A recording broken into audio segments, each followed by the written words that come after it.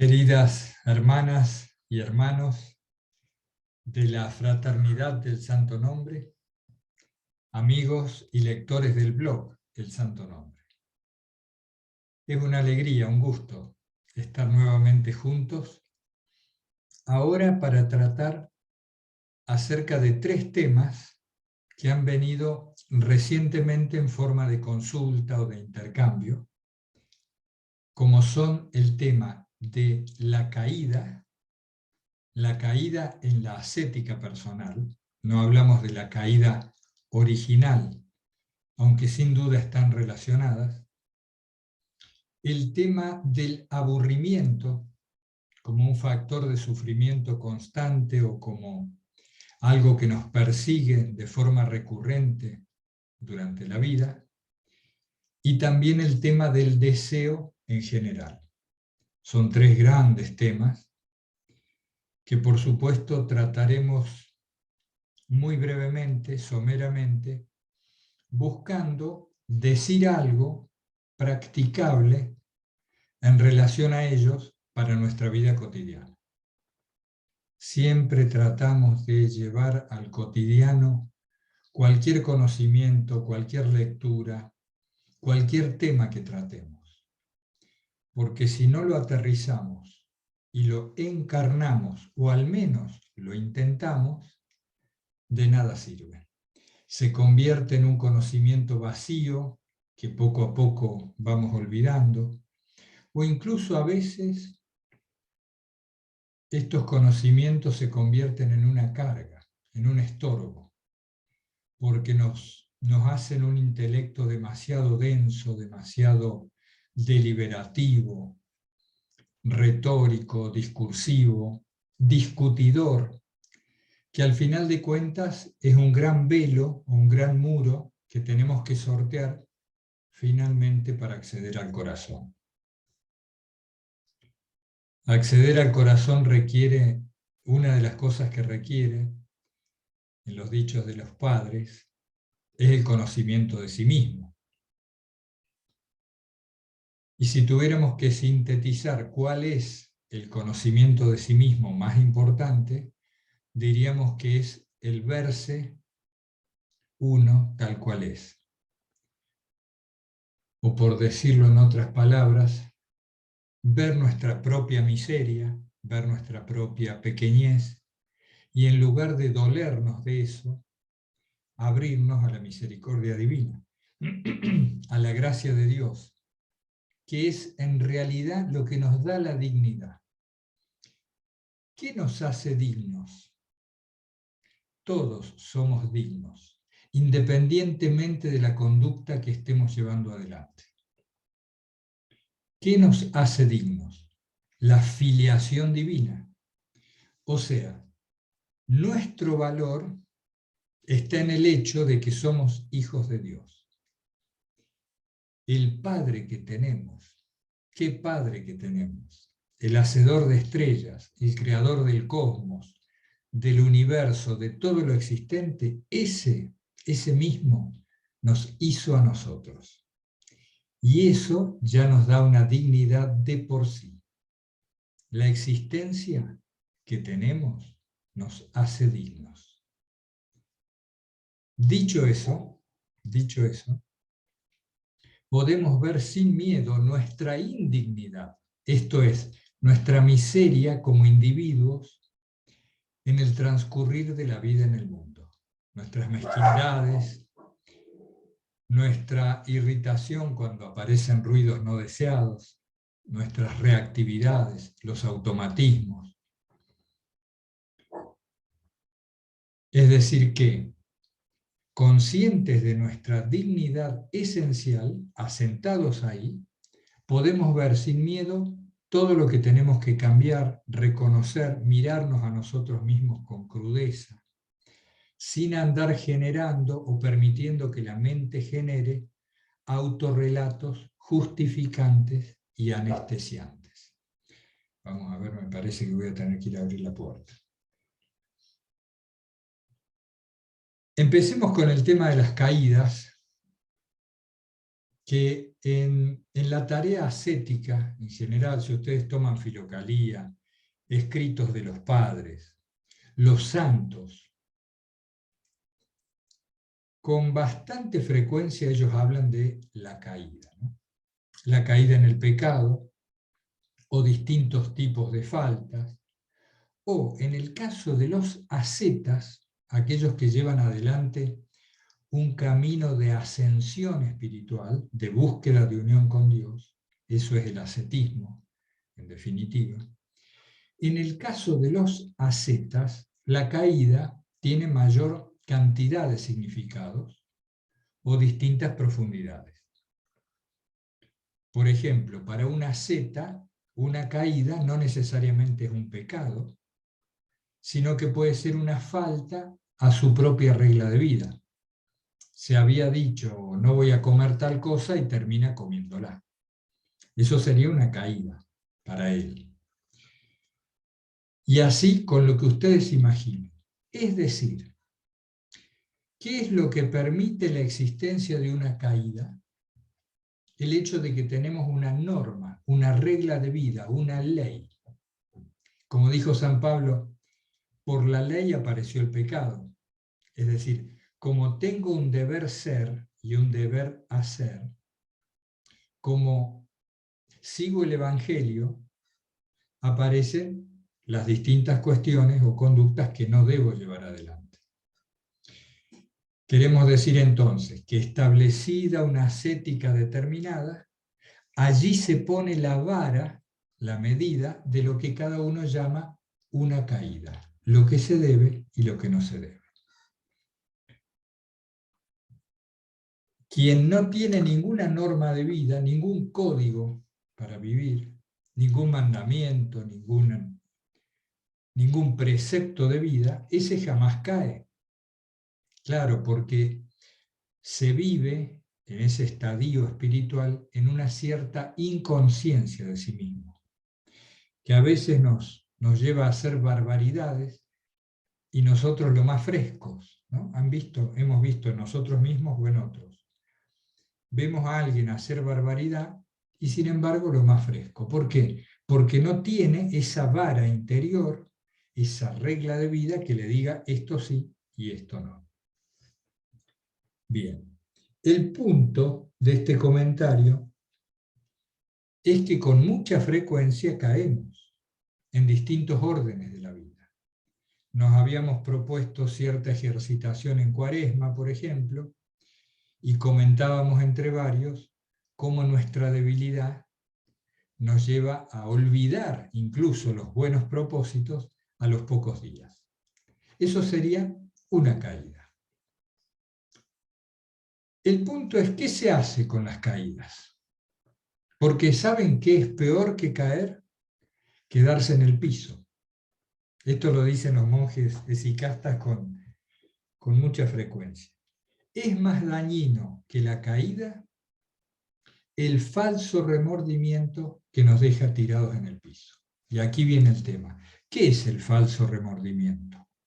Es el dolor de la imagen de sí del ego, del falso yo. A continuación de la caída, de esa falta que hemos cometido en nuestra ascética o lo que fuera, también puede ser a continuación de ese pecado, etc.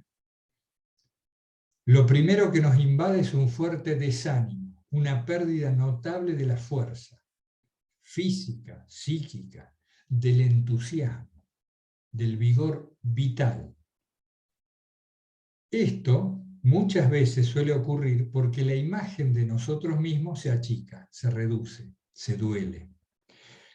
En otras palabras, nos dimos cuenta y golpeándonos contra la pared, nos dimos cuenta sorpresivamente que no éramos tan fantásticos como nos estábamos creyendo ser, como la imagen, la autoimagen que estábamos teniendo de nosotros. Esto es el falso dolor, el falso remordimiento. Y ahí entramos en consideraciones, vienen pensamientos automáticos tales como no sirvo para nada, mi vida no tiene sentido, así no voy a ninguna parte, etcétera, etcétera. pero que se diferencia del verdadero dolor de quien ha comprendido la inconveniencia de tal conducta. Cómo de ese modo elimina la presencia de Dios de sí mismo, o la oscurece mucho, o cómo con tal o cual conducta desacralizamos nuestra vida. Ahí vamos bien orientados hacia una real compunción. El dolor de darnos cuenta de la inconveniencia de la conducta realizada. Diferente entonces al que se duele de no ser tan bueno como creía ser. Y este falso remordimiento nos lleva, al cabo de poco tiempo, a veces unas horas o unos pocos días, nos lleva a que la mente genere un autorrelato justificante que nos vuelve a enderezar la imagen, más o menos nos acomoda las pilchas, diríamos acá en Argentina, es decir, nos acomoda los ropajes y ya en unos pocos días estamos de vuelta montados en el orgullo o en la creencia de nuestra especialísima particularidad de personalidad, ya entramos a mirar de nuevo a los demás desde arriba, se producen esos juicios automáticos con más frecuencia, etcétera, etcétera. Entonces, ¿qué es lo que produce las caídas? Desde el punto de vista de fenomenología, que a nuestro entender es una traducción de lo que dice Filocalía, desde ese punto de vista, una caída se produce cuando no he comprendido acabadamente el mecanismo que genera tal comportamiento. Se da un comportamiento en mí, es decir, el mal que no quiero hacer, en palabras del apóstol, se da el mal que no quiero, y esto ocurre por no haber comprendido acabadamente el mecanismo que es raíz de la conducta. Una vez comprendido el mecanismo raíz que nos condiciona el comportamiento, a eso hay que sumarle atención vigilante y mucha oración. Mucha oración. La atención vigilante, por decirlo así, es lo que está de nuestra parte, lo que tenemos que poner nosotros. Y la oración es lo que nos abre a la gracia. Porque por más atención y por más comprensión del mecanismo, si la gracia no nos asiste, no cambia nada en nuestra vida. Hace falta esta sinergia, ¿no?, de la que tanto se habla y hablamos. Gracia y voluntad. La comprensión de un mecanismo, de un automatismo, que al fin de cuentas es lo que nos lleva a este mal no querido casi siempre. La comprensión necesita una mirada valiente, honesta, verdadera, sin ningún tipo de maquillaje sobre nosotros mismos y sobre la conducta esa, la cual llamamos una caída, sobre esa conducta. Esto es muy difícil y por eso nos cuesta tanto llegar a comprender los condicionamientos, los automatismos. Porque la mente, que es la atalaya desde la cual solemos vivir, la mente es el lugar desde el cual solemos vivir, lamentablemente, impide, no quiere ver la verdad. La mente es por esencia un constructo que disimula la verdad. Si no, no viviríamos como vivimos, todo el tiempo divagando, haciéndonos un relato de lo que está sucediendo, en lugar de vivir en el presente, percibiendo lo que está sucediendo. La divagación tiene esa finalidad de fondo, ¿no? Es una voz en off que nos va diciendo las cosas como son. Y esto es más tendencioso que el periodista más tendencioso que ustedes se imaginen. La mente es la peor prensa que existe, la menos veraz, la menos sincera, la más sensacionalista, en un sentido amplio del término. Entonces, si hemos caído en nuestra ascesis, si flaqueamos en el cumplimiento de nuestra regla, o si hemos pecado, como a ustedes se les formule la situación que se haya vivido, es bueno tomarse un tiempo, a veces hasta con papel y lápiz, y aplicar conscientemente la herramienta del pensamiento. Esto es la mirada interna, porque cuando hacemos mirada interna, estamos, en cierto modo, pensando según natura, es decir, utilizando la herramienta mental adecuadamente. ¿Cuál ha sido la conducta? ¿Qué ha sucedido? Tal cosa. ¿Y cómo ha sido que se originó tal conducta? Y si nosotros ahí, con sinceridad, con verdad, con oración, con la humildad suficiente, nos atrevemos a mirar, lo primero que nos va viniendo, lo primero que aparece como respuestas, es la verdad. Hagan la prueba. Hagan la prueba. Supongan, vamos a suponer,